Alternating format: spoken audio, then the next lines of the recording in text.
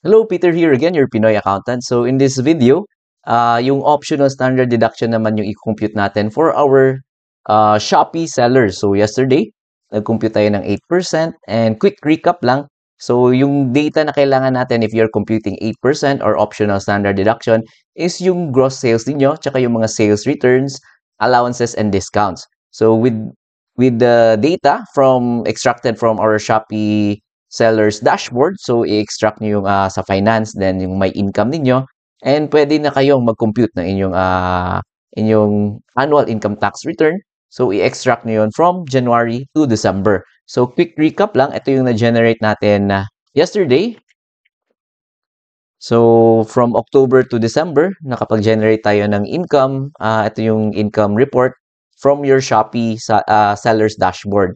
So, yung important again dito is yung sales data natin. So, yung sales natin dito, yung gross sales natin, that would be your original product price. So, for October, ito yung sales natin is the 150,000. And if may mga deduction dyan, kagaya nitong mga seller promotion, mga refund amount, yung mga rebates, voucher, cashback, if ever may mga deduction dyan, that would form part of your sales returns, allowances, and discounts.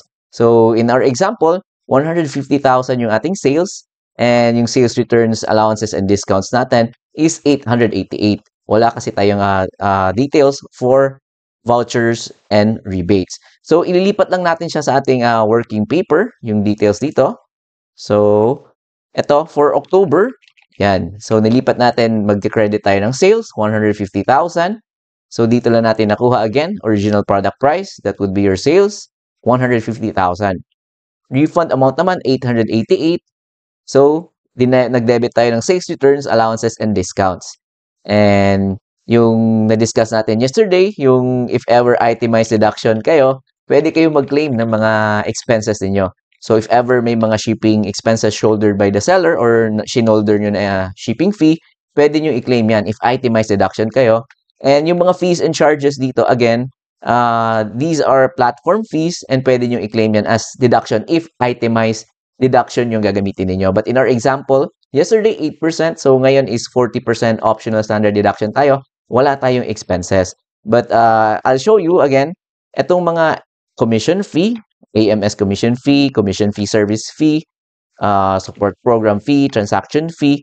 So lahat ng ito ay mga platform fees na pwede nyong i-deduct if itemized deduction kayo. So i-add ninyo, that would give us itong 19,023.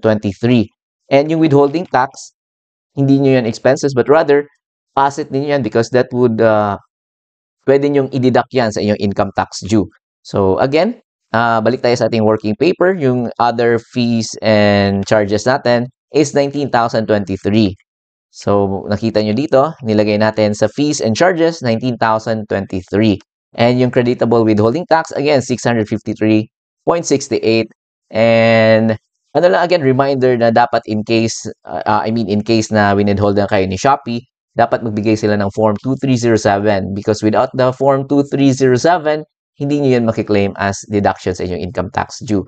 In our example, quarterly, nagbigay si Shopee ng 2307. So, that is for October, November, and December. So, yung cash naman na net na tatanggap natin is 129,435.32. So, makita nyo yan dito, the total released amount. So, yan yung figure dyan. And same thing yung ginawa natin sa November and December. Nilagay na natin dito sa ating working paper yung details for the sales and sales returns, ito mga fees and charges, creditable withholding tax, cash, nilagay na natin yan dito. So if you would want to watch the full video yesterday, mas detail yung pag-discuss natin yung mga figures kung saan to natin nakuha. So in today's video kasi, mag-example lang tayo kung paano naman kung optional standard deduction. So ito, given na na-input na ninyo yung mga details for the sales, sales returns, fees and charges, creditable withholding tax, and cash, so pwede na tayo mag-compute ng ating optional standard deduction. Again, may working paper tayo dito. So ito yung computation niya. Very basic lang din. Gross sales or revenue, so that is for January hanggang December. So again, kinuha lang to natin dito from our working paper. So in-add lang natin for January hanggang December. So ito yung ating total is 2,185,000. So, yan yung figure natin. And again, yung sales returns, allowances, and discounts, 85,446.80. Again, galing lang yan dito sa ating working paper. Ayan, 85. So, tinota lang natin from January to December. I mean, 85,446.80 yung mga sales returns, allowances, and discounts. And that would give us itong net sales na natin na 2,099,553.20. And yung allowable deduction natin, pag optional standard deduction kayo, 40% ng net sales. So, kung i-compute ninyo, ito, 40% na to. Ayan, 40% is the 839,821.28. So, yan yung allowable deduction pag nag-opt kayo ng optional standard deduction. So, yung ating net income after deducting yung allowable deduction natin, that would give us 1,259,731.92 centavos. Di ba? Ayan. So, add other income if may mga other income kayo, but in most cases, walang other income na nilalagay. So, yung total taxable income natin is just the same, 1.2 million.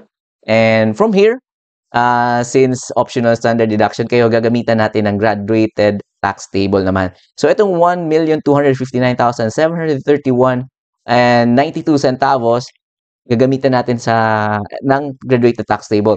So, again, to use the graduated tax table, hanapin nyo lang kung saang range ba nabibilong itong 1.2 million. So, kita niyo, ito yung mga bracket. Kumbaga, 250,000, not over 400. Ito, 400,000 to 800,000. So, 800,000 to 2 million. So, dito nabibilong si 1.2 million. Right? So, yung gagawin natin is, i-check nyo yung tax on column 1. So, fix yan, 102,500. So, ilalagay nyo dito, tax on column 1, 102,500. But may tax on excess pa tayo. Ano ibig sabihin yan? So, in excess ng 800,000, yung bracket niya, in excess niyan, na, may tax siya na 25%. So, anong ibig sabihin nun? So, in excess lang ng ating 1.2 million na in excess niya ng 800,000. So, i-deduct natin yan. So, example, ayan. And then, in excess ng 800,000. So, magkano ba yung excess niya? That is 459,731. So, in excess, yan yung excess niya. So, tax rate niya is 25%. Ayan, 25%. So, i-multiply natin. That would give us, ito yung tax on excess niya, is 114,932.98. So, yan, ilalagay lang natin dito yan. And i-add natin yung tax on column 1 na 102,500. So, that would give us yung total na tax due natin na 217,432.98. So, once nakapag-prepare na kayo ng inyong income tax computation, itong working paper ninyo, mas easier na natin i-transfer ito dun sa EBIR form. So, yung gagamitin natin pag pure business kayo or pure practice of profession is 1701A. So, let's, ilipat na natin yung mga data dito papunta doon sa EBIR form. So, open na natin yung ating EBIR form. So, download nyo lang. It's free from the website of BIR. So, input nyo lang yung tax identification number ninyo. Ayan, 00000. And automatically, mag-prefill na yan based doon sa initial na paggamit natin ng EBIR form. So, yung form na gagamitin natin, again, ito, click nyo lang itong drop-down menu. Makita nyo dito is BIR form 1701A annual income tax return. Itong new ang gagamitin natin. And then, click nyo yung fill up. Okay. And then, let's start na sa pag-fill out ng ating 1701A. Ayan. So, again, yung important dito is 2024 pa yung pina-file natin. And amended return, no. Short period, no. And then, check nyo lang kung ano yung mga applicable sa inyo. Taxpayer type. So, in our example, Shopee seller. So, single proprietor. And then, yung alphanumeric tax code natin is graduated na kasi yung gagamitin natin. So, hindi na 8%. Kahapon, 8% yung ginamit natin. But today, ito tayo, business income, graduated income tax rate. So, i-tick ninyo or i-select ninyo yan. And then, next is the date of birth. So, importante din yan. And then, citizenship, huwag niyong kalimutan. And then, claiming foreign tax credits, in most cases, no. So, wala din yan. Civil status, single, and then if married kayo, I-click nyo yung married, and then if spouse has income, click nyo yes or no, and filing status if ever magjo-joint filing kayo, but in most cases, separate filing yung ginagawa. And nakita nyo dito sa tax rate, kahapon naka 8% but today, graduated rates yung gamit natin with optional standard deduction as method of deduction. So dito sa total tax payable, wala tayong ilalagay dito. So proceed na tayo sa next page. Ayan. So next page natin, so dito na tayo sa 4A for the graduated income tax rates. So again, if may working paper kayo, so madali na lang natin i-transfer yung data. So open yung working paper ninyo.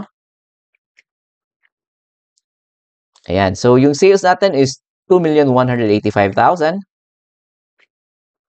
2,185,000. And then sales returns natin is 85,000. Again, walang decimal point pala dun sa ating form. So kailangan nyo i-round up pag 50 cents pataas.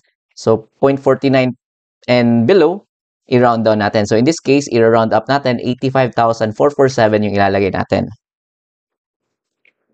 So that would give us, ito, net sales, 2,099,000, tama, 553. And then yung optional standard deduction natin, ayan, automatic siya nag-compute, 40%, 839,821. So tama yung computation natin. And net income is 1,259,732. So wala tayong other income. So yan na yung taxable income natin. 1,259,731.92.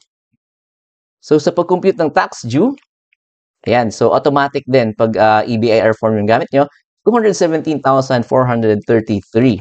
So tama yung computation natin, kita nyo dito. So tama yung ating details na nailagay. So next natin is punta na tayo sa tax credits and payments.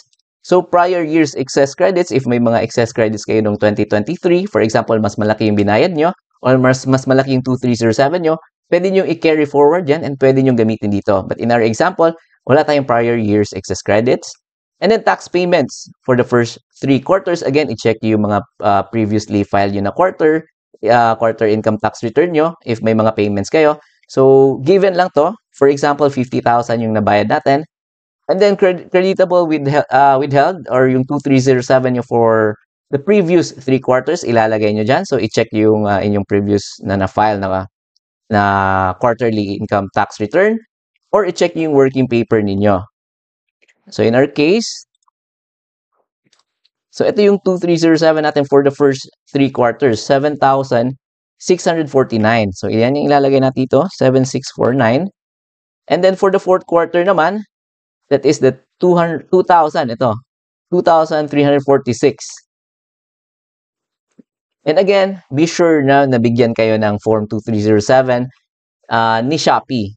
So, yung example niya, ng 2307 natin, again, pakita ko sa inyo. So, ito yung example niya. So, yung business name ninyo, based sa COR nyo, and then Shopee. And makita nyo dito sa tax withheld for the quarter, 2,346.80. Dapat same yung nakalagay dyan sa i-claim nyo dun sa inyong annual income tax return. So, balik tayo. So, yan yung nalagay natin, 2,346. So, next is tax credits or payments. Usually, wala lang yan. So, that would give us a total tax credits and payments of 59,995. And yung ating net payable, so may payable pa tayo na 157,438. So, yan yung kailangan pa nating i-pay. So, you can pay online using MyEG. So, through MyEG, pwedeng debit card, credit card, at pwede din GCash or Maya. So, balik tayo sa page 1. Ayan. So, ito na yung summary ng ating total tax payable. Yung tax due natin is 217,433. So, na-check natin yung computation. Tama. Total tax credits and payments natin, 59,995. So, may payable pa tayo na 157,438. And, yan na yung ating, kailangan nating i-pay using MyEG, yung ating example. Pwede, MyEG. May land bank din. So, i-check nyo yung mga available na online payment na pwede natin gamitin. But in most cases, MyEG yung gamit natin. So, in this example, ayan. So, pwede nyo nang i-validate to check if tama ba yung mga details or wala tayong mga naiwan na details. So, you will see it here, validation successful. So, ibig sabihin, tama yung pag-fill out natin. Wala tayong na mga details na naiwan.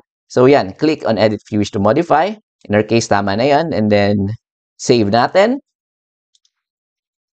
And then, i-print. Print nyo. So, using A4, kailangan nyo i-print to so that may copy kayo. Tapos, pwede nyo na i-save as PDF. So, ayan. Print nyo. And then, after that, ayan, tapos na tayo. Submit final copy. Ayan. Are you sure you want to submit? I-okay lang ninyo. And after that, if mag-fail, kailangan nyo i-submit ulit. And hintayin nyo makatanggap ng tax return confirmation receipt. Makakatanggap kayo sa email na ginamit nyo dito sa inyong ITR form. And once may tax return confirmation receipt na kayo, pwede na kayo magbayad using nakadetalye naman doon kung ano yung mga pwede nyo gamitin. Pwedeng sa authorized agent banks. And most cases, may mga online platforms na din, MyEG, and then Land Bank Portal, I think applicable pa yon. So, ganun lang. From here, i-save nyo, and then magbayad kayo. I-save nyo din yung proof of payment nyo, and that's it. Tapos na kayo makapag-file online, and tapos na kayo makapag-bayad online. So, yun lang yung video natin for today. Pinakita ko lang sa inyo kung paano mag-submit ng inyong annual income tax return. But hindi pa dito natatapos yung ating kailangan nating gawin because nag-claim tayo ng 2307. So, pag ganun kasi, kailangan natin i-scan yon and i-submit naman online using yung EAFS naman. So, in our upcoming video, papakita ko sa inyo kung paano tayo mag-submit ng ating mga claim na 2307 using the EAFS. So, yun lang yung ating video for today. Thank you for watching and don't forget to comment, like, and subscribe. And I'll see you again next time.